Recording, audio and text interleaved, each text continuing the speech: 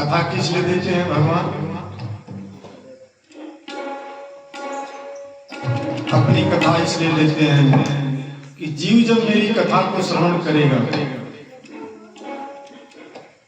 तो उसका मन मुझ में लग जाएगा। हम जिसका श्रवण करते हैं, जिसके स्वरूप को देखते हैं, उसी में हमारा मन लगता है। इसके प्रमाण राजा परीक्षित बहुत है। यदि राजा परीक्षित के जीवन में श्रीमद् भागवत महापुराण की कथा नहीं आई होती तो क्या उनका उद्धार होता?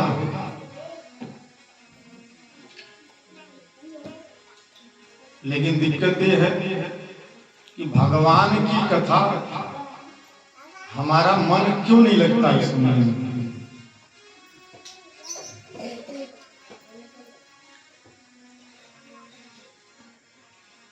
मन हमारा इसलिए नहीं लगता है, साधारण सा इसका उत्तर यही है कि हमारा अभ्यास नहीं है। अभ्यास समझ रहे हैं? जिसको जिसका अभ्यास है, आदत समझ रहे हैं? तो जिसकी जिसकी आदत है उसका मन उसी में लगता है।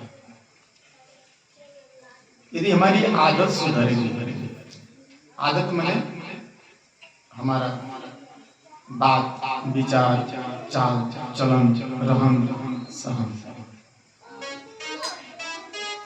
तब जाकर के हमारा मन भगवान में लगेगा। तो भगवान में मन हम यही कहते हैं, क्या करें महाराज, ये माया है, माया छूटती नहीं।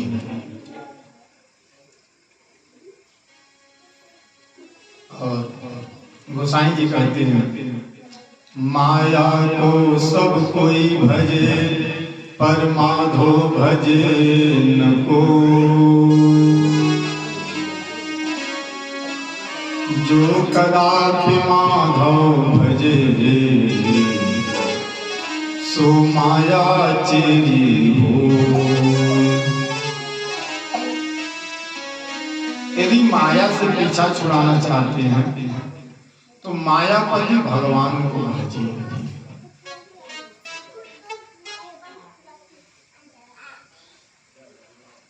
क्यों? जहां माया का मतलब क्या होता है? मोह।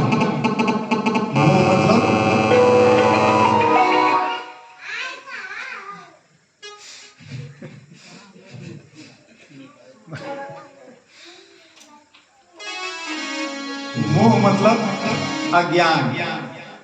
अज्ञान समझ रहे हैं? जब तक हमें ज्ञान नहीं होगा तब तक हमारा मन माने मुंह से जाएगा नहीं। मुंह का मतलब क्या होता है? हमें जब अज्ञान रहता है तो हम गलत वस्तु को भी असली वस्तु समझ लेते हैं, इसलिए हमें वो ज्ञान जरूरी है। और वह जब ज्ञान हमें मिलता है तब जाकर के हमें सत्य असत्य का पता चलता है। जब माया को कोई चाहे कि मैं माया छोड़ दूं तो माया छूटने वाली नहीं। काहे नहीं है? कि हम सबकी उत्पत्ति माया से हुई है। माया माने मां। श्रीमद् देवी भागवत महापुराण में आया है, माया माने मां। वह मां हमको सृष्टि में लाती है और हमारे शरीर का पालन पोषण करती है। लेकिन वो माँ भी यही चाहती है कि मेरा बेटा जो है ना, जो मेरा पति है, जो इसका पिता है, उसको जाने ही। माँ की प्रसन्नता तभी होती है जब अपने पिता को जाने ही। ये प्रकृति हमारी माँ है, महामाया हमारी माँ है। तो जो महामाया माँ है वो भी यही चाहती है ना कि मेरा जो संतान है ये भगवान को भजे। काहे कि जब हम लोग स्तुति गाते हैं, जैसे नवरात्र की स्तुति होती है, या देवी स्वरूभूतेषु मातृरूपेण संसिता, नमस्तस्ते नमस्तस्ते नमस्तस्ते नमो नमः। तो माता, वो महामाया हमारी माँ के रूप में है। और पत्नी को सुख कब मिलता है? जब उसका पुत्र उसका आज्ञाकारी हो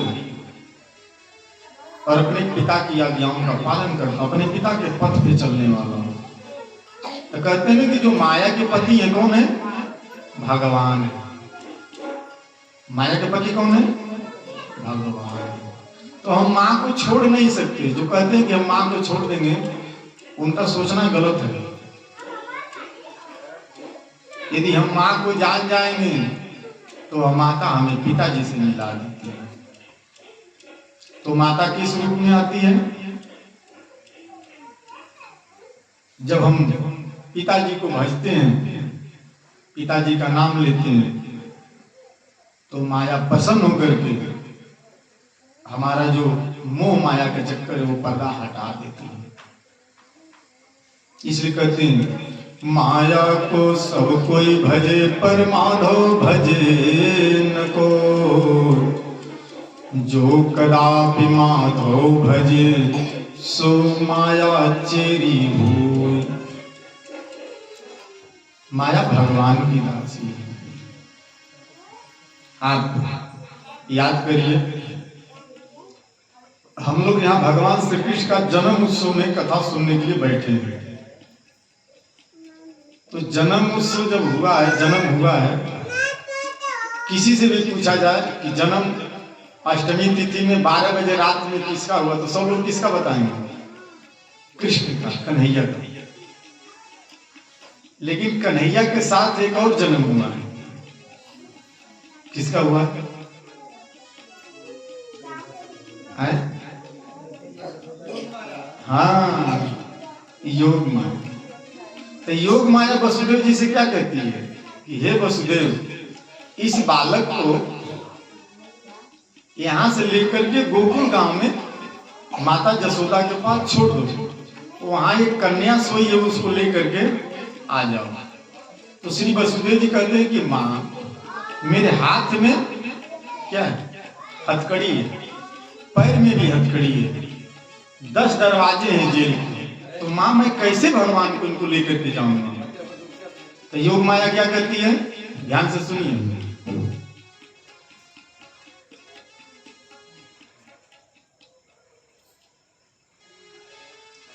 योग माया ये करती है कि जैसे आप भगवान को लेंगे अपनी गोद में, ये हथकड़ियां आपकी छूट जाएगी। और छूटी कि नहीं छूटी? जैसे भगवान को लेकर के चले, 10 दरवाजे खुले कि नहीं खुले? जमुना मैया रास्ता दी कि नहीं दी? और नंद बाबा के घर से भगवान को रख दिए और माता योग माया को लेकर के आए। जैसे योग माया को लेकर के जेल के अंदर आए, 10 दरवाजे बंद हुए कि नहीं हुए? हथकड़ी लगी कि नहीं लगी? नहीं लगी। क्यों लगी? क्योंकि भगवान को जब पकड़े अपनी गोद में तो हथकड़ी खुल गई, बंधन खुल गया संसार का। 10 दरवाजे समझ रहे क्या है? हमारे पास 5 ज्ञान इंद्रियां हैं, 5 कर्म इंद्रियां। यही हमारे शरीर के 10 दरवाजे हैं। यदि हमने इन दरवाजों को खोलना है, क्या करना है? तो मायापति को भजिए।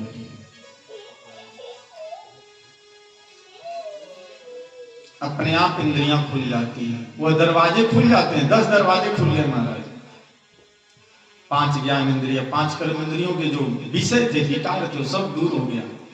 आज जैसे ही भगवान को रख करके माया को लेकर के आए, वो 10 दरवाजे बंद हो गए, वापस उसी जेल में आ गए। और हथकड़ी, तो कथा क्या संकेत करती है कि माया को सब कोई भजे पर माधव भजे न को, जो कदापि माधव भजे तो माया चेरी हो। बात समझ आ गई?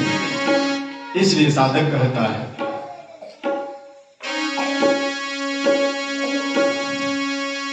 राधे राधे अमृत हरि नाम जगत में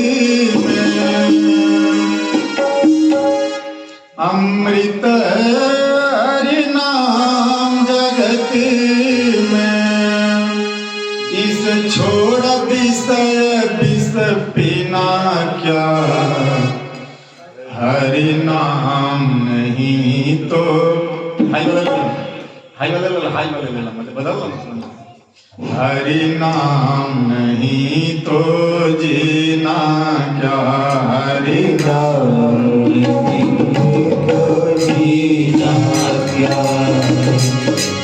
अमृत है हरि नाम जगत में, अमृत है हरि नाम जगत में, इसे छोड़ विषय रस पीना क्या, हरि नाम नहीं तो जीना क्या, हरि नाम नहीं तो जीना क्या।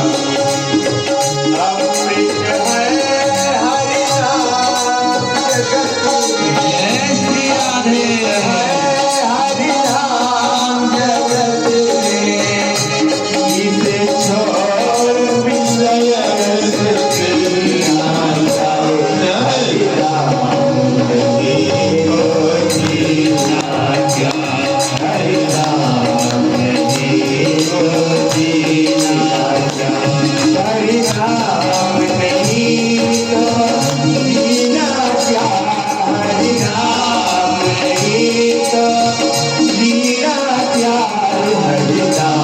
नहीं तो जीना क्या, हरि नाम नहीं तो जीना क्या।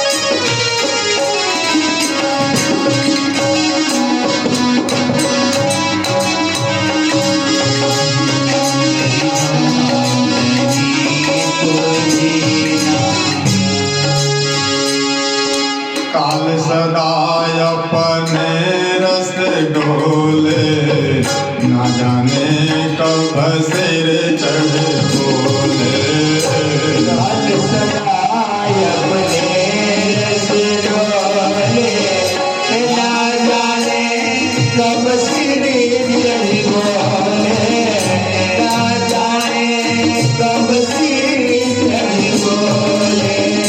हरि का नाम जपो निस्वासर, हरि का नाम जपो निस्वासर, अब इसमें वर समय ना, हरि नाम नहीं तो जीना क्या, हरि नाम नहीं तो जीना क्या।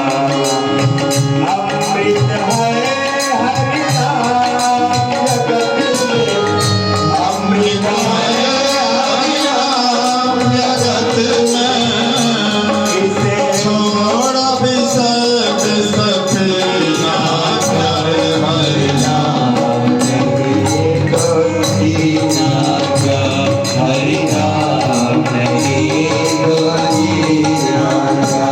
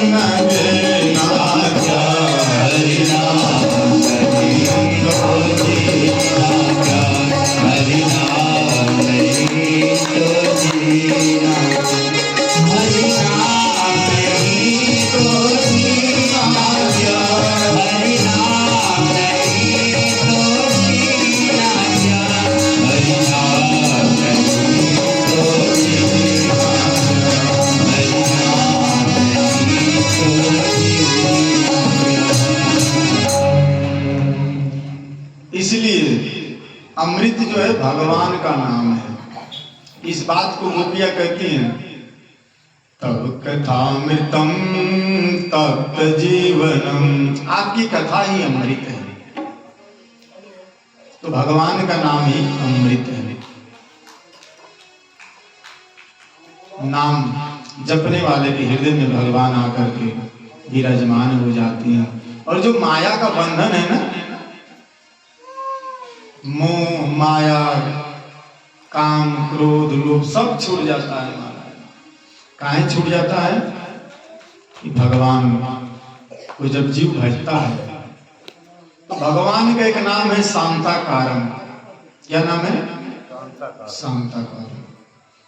शांताकारम भुजगशयनम पद्मनाभम सुरेशम। वो जो शांताकारम भगवान है, शेष भगवान के ऊपर सोए हुए हैं, उनको शांति मिल रही है। तो जो वो भगवान जब हमारे हृदय में आकर के विराजमान हो जाएंगे तो हमें क्या मिलेगा? शांति। सनकादिक और जो शौनक आदि ऋषि हैं, महीना यही था।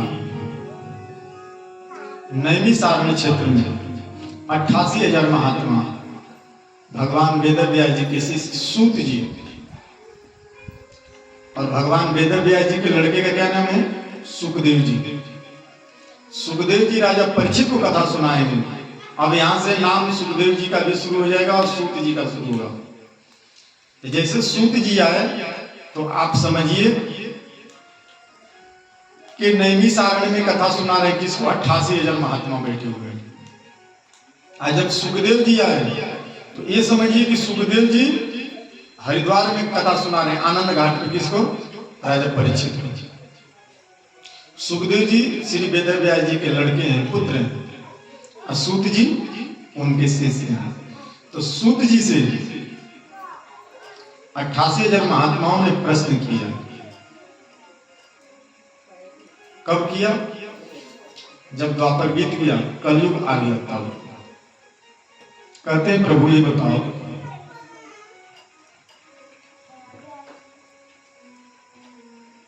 कली मांगता मांग्यात क्षेत्रेऽस्मिन् वैष्णवे वयम्।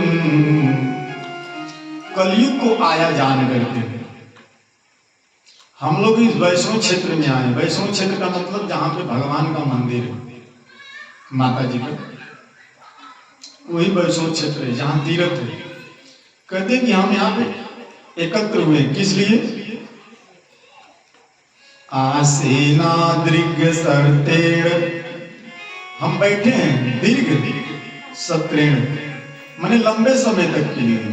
किस लिए बैठे हैं? इनको क्या जरूरत पड़ गई बैठने के लिए? कहते हैं कथायाम सचना हरे, श्री हरि की कथा सुनने के लिए हमें अवकाश मिला है। अवकाश माने समय।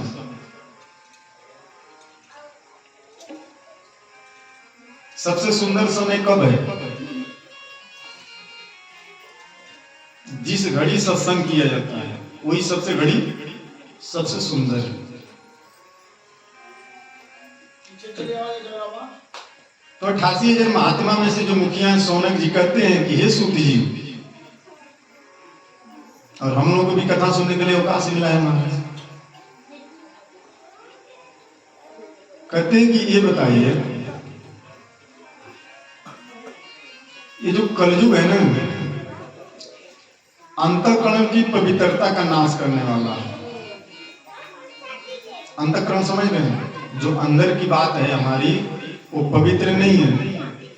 आज देखिए तो पिता पुत्र में छुपाव रहता है, पति पत्नी में छुपाव रहता है, नहीं रहता है। आज जब पत्नी जब नाराज होती है तो कहती है कि आप पहले जैसे नहीं रहे, इसका मतलब बदल गया। आज जब ज्यादा नाराज हो जाएगी करवा चौथ के व्रत के दिन तो कहेगी कि आपसे बढ़िया तो जीजा जी थे। उस समय पति को सावधान हो जाना चाहिए कि मेरी प्रशंसा हो रही है कि क्या हो रही है। पति को लगता है कि मेरी प्रशंसा हो रही है,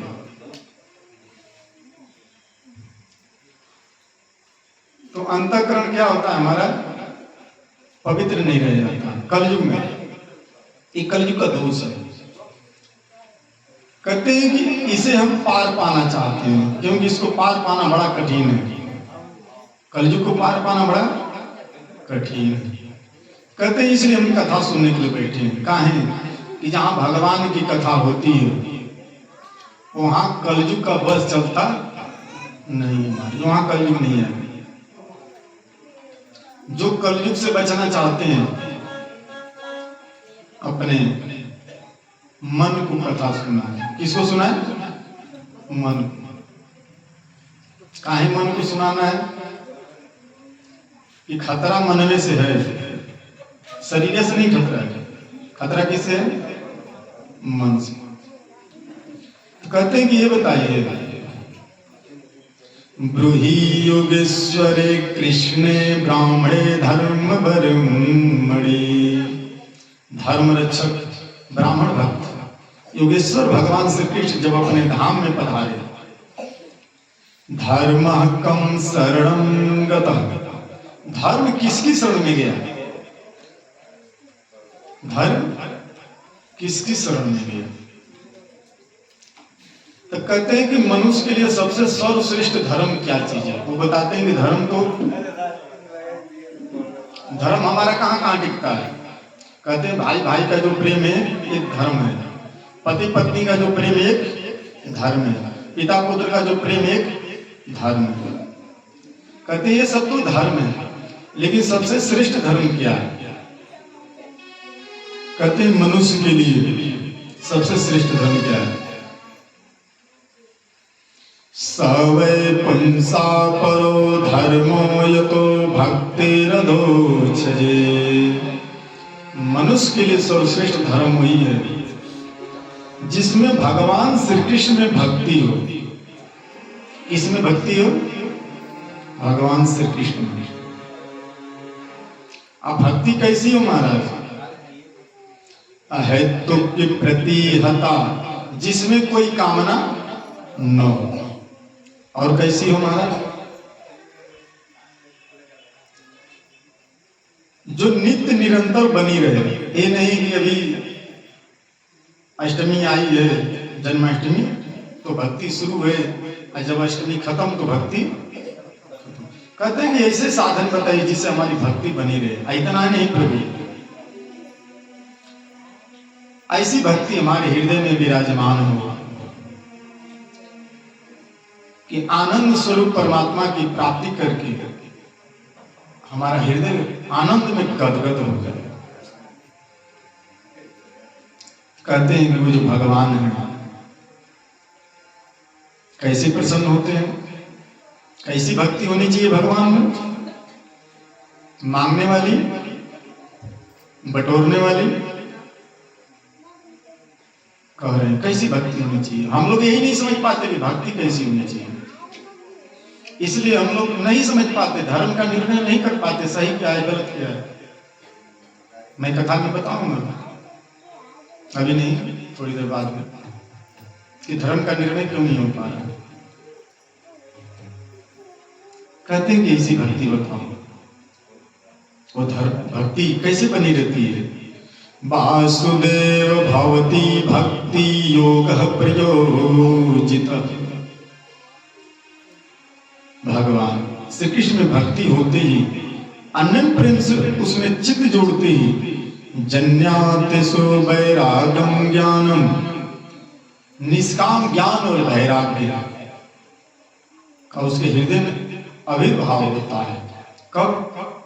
जब भगवान श्री कृष्ण में प्रेमारूपी भक्ति जोड़ता है तब। इसलिए गोसाई जी कहते हैं कि राम जी को क्या प्यारा है? हे जानने वाले